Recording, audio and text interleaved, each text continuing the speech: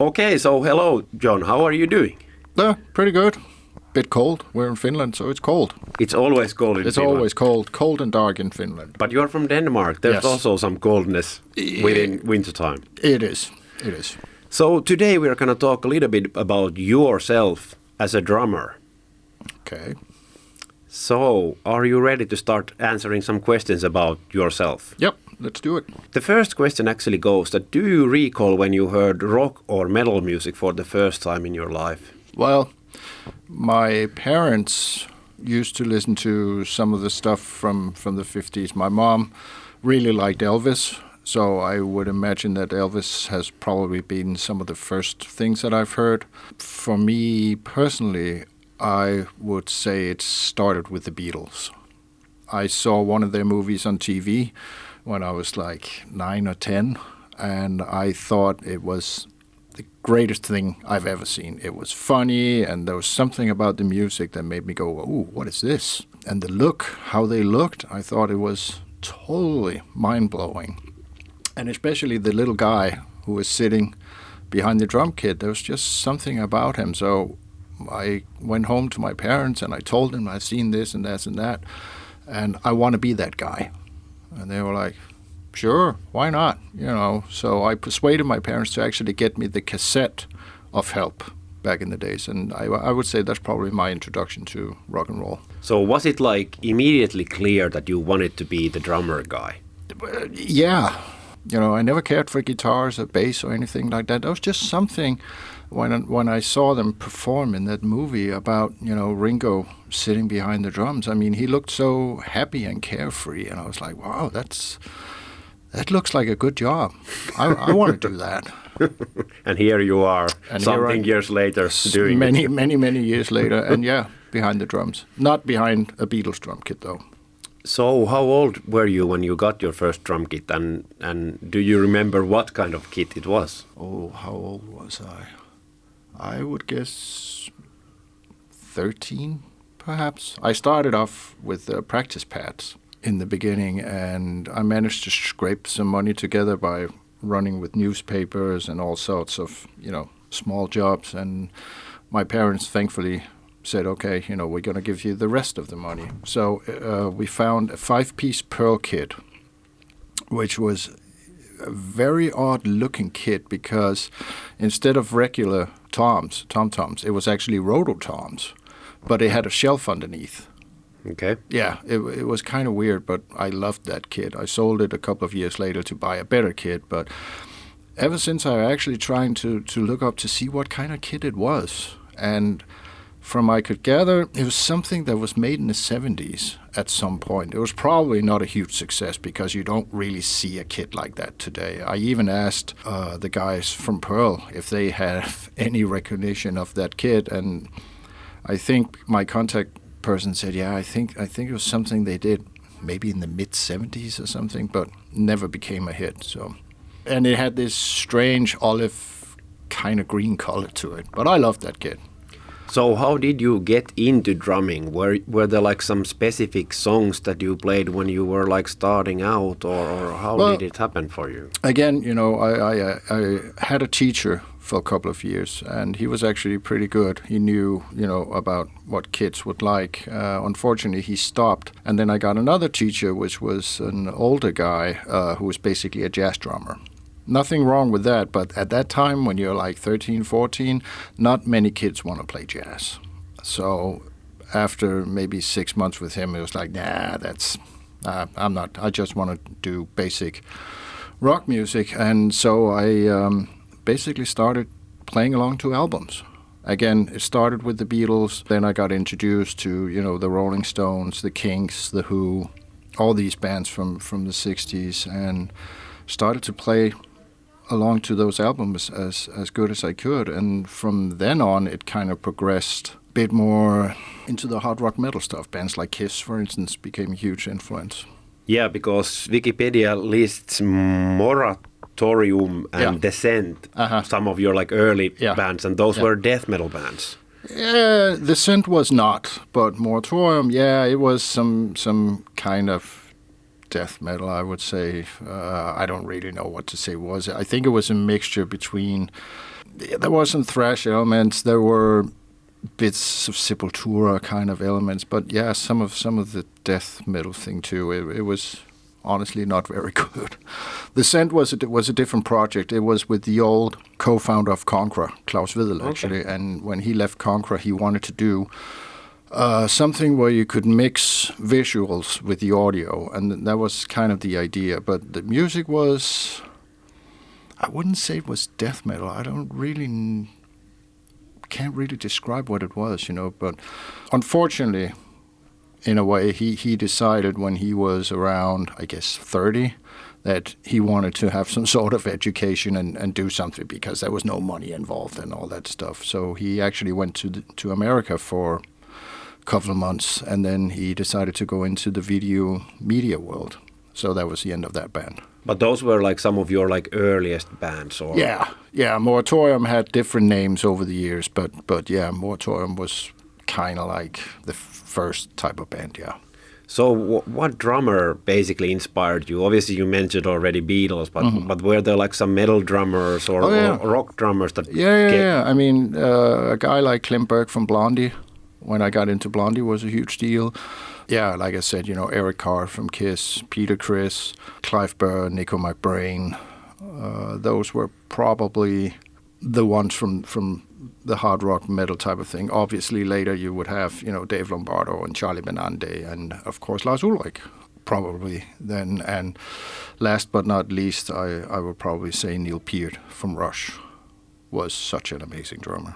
Were you like trying first to copy their style when you were playing the songs, or did you jump like right into kind of like creating your own style? No, it was basically trying to, in sort of a way, both copy and emulate what those guys did. But Lombardo is almost impossible to copy what he did. So it was more being inspired by those guys and not try to copy them as such. Of course, you cannot avoid doing that, but it was more like, how do they do that? Those days you didn't have YouTube or videos and all that stuff. You might be able to buy a concert video of any of those bands, but you hardly saw the drummer in there. So it was a bit difficult. So it's more about listening and try to figure out how are they doing that stuff, because I didn't come from the punk hardcore background or scene. I mean, I got into the Ramones later and the Sex Pistols, but they weren't playing that fast as, some of the hardcore bands did. So how to figure out how those guys did it was a big deal. So it was kind of like trial and error. You were trying out how does this sound compared to what those guys sound, and something like that, yeah. So do you feel that the playing like more extreme type of music gave you more the base of what you are today as a drummer? I guess you had to play more technical than the rock stuff. Not really, because if I go back and listen to some of that stuff, I mean, you can find it on YouTube. I mean, it's pretty basic and it's pretty simple what I'm playing. Okay. So no, it was not about so much the technical side. It was more like trying to play as fast as possible, and it didn't really sound that good.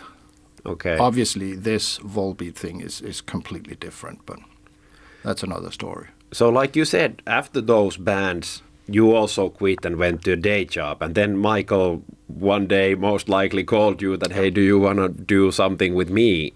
So yeah, kind of. It's not completely like that. I mean, I've known him ever since, more or less since he was 16 years old. Yeah.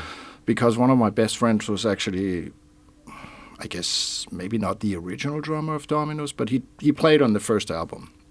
So I got to know Michael a little bit, and, sometimes we would meet at shows or hang out. And then one day he said, yeah, maybe we should do something together one day. And I was like, yeah. But yeah, one fateful day I got the phone call and he asked me, oh, do you still have your drum kit? And I was like, yeah, it's in a basement somewhere, probably covered in spiderweb. Oh, bring it out. I have some ideas and I just want a guy who could do 2 and 4 in the snare drum. All right. So I dusted it off and we set it up in the rehearsal room, and I don't think I've played, God knows, at least for a bunch of years prior to that. So it took a long while to kind of get back. But But you still had the passion to sort of get the spider web off and start doing it again, or? Well, yes and no. I mean, in a way, but I had a day job and I was actually fine with that. I was already in my late 20s, so I figured, that music thing is probably gone. But I tried it and it was fun. So maybe there was a little ambition in there, but it was not something that I was really sitting at home going, oh my God, I wish I was still playing, And when he started the band and when he played me those first riffs that he had, I didn't really get it because it was so different, all three ideas that he had. And I remember I said to him, so what style are you going with? Should it be this, and that? And he said, I don't care. Let's just play whatever comes into our head. If it's more like a metal song, great. If it turns out to be more like a rockabilly song, great. Don't care. Let's just play.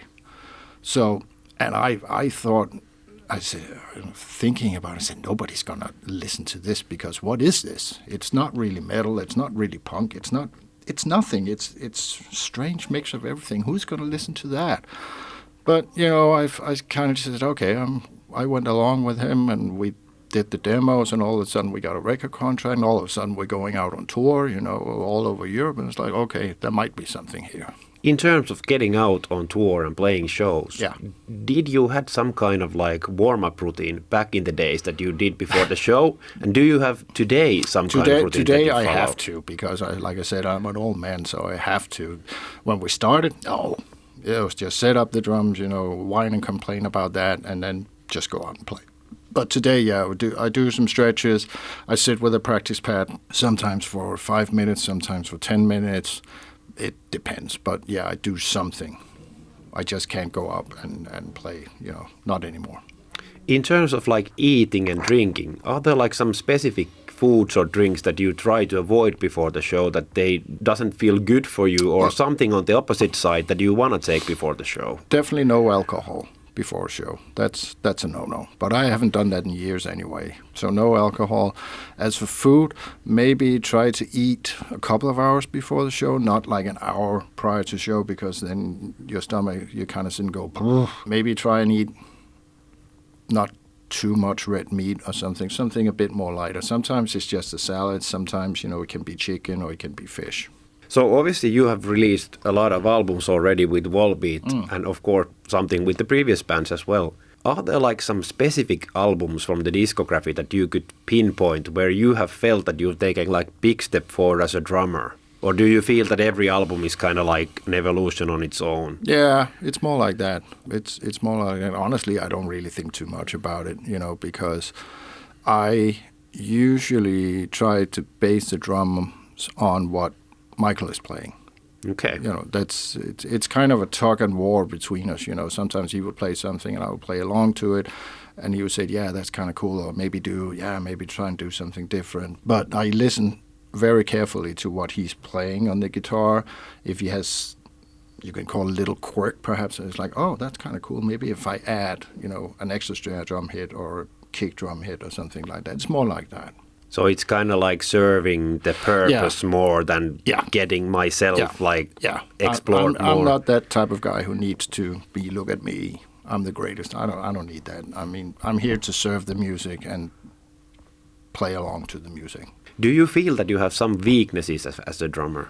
Probably, but I don't really think too much about it. But yeah, probably do. I'm not really a technical kind of guy. I don't really get it. I mean, this whole new generation of drummers who can play like extremely fast, I mean, it's very impressive. I can't do that.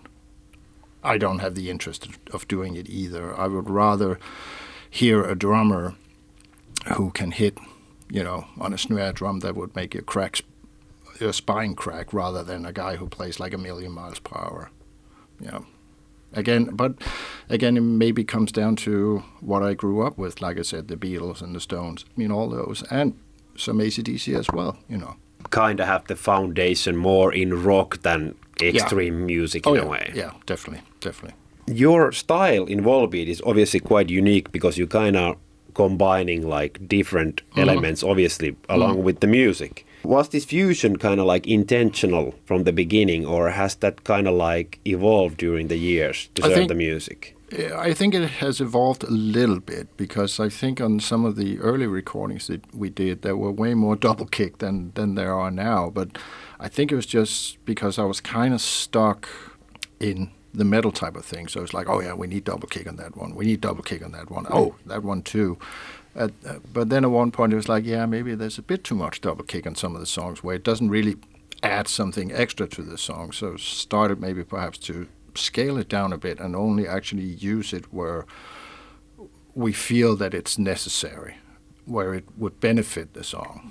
So sometimes less is more. Less is more. Not always like more is more, like No. Yngwie Malmsteen would say. But, I get it with his type of music, but for me, with what the stuff that we are doing, yeah, less is more. So, do you still feel that there is something more that you want to learn from drums and drumming? Or do you feel that this is something that just comes along when you're making new albums? I mean, I'm a lazy bastard, to be honest, so I don't really practice too much. When I'm home, definitely no drumming at all. I mean, it belongs out here. It belongs in the rehearsal room and studio, whatever. I never rehearse at home. I probably should, but on the other hand, I also know what I'm capable of, and I know what I'm not capable of. So I guess it's just like, yeah, whatever comes, I'll figure it out. So what were your parents' reactions when they heard that you had started playing like metal songs in a metal band? Were they always like supportive towards you? Or? They were supporting. They were probably thinking, yeah, that's not gonna go anywhere.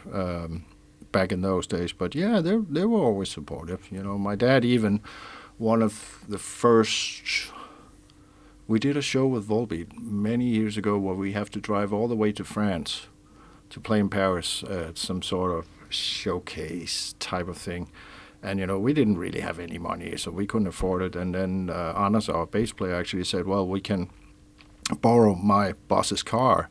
We just need a second driver because it's a long way. And my dad actually said, well, I can drive. So he actually went along for that trip to Paris many years ago. But yeah, they have been supportive, helping out whenever they could.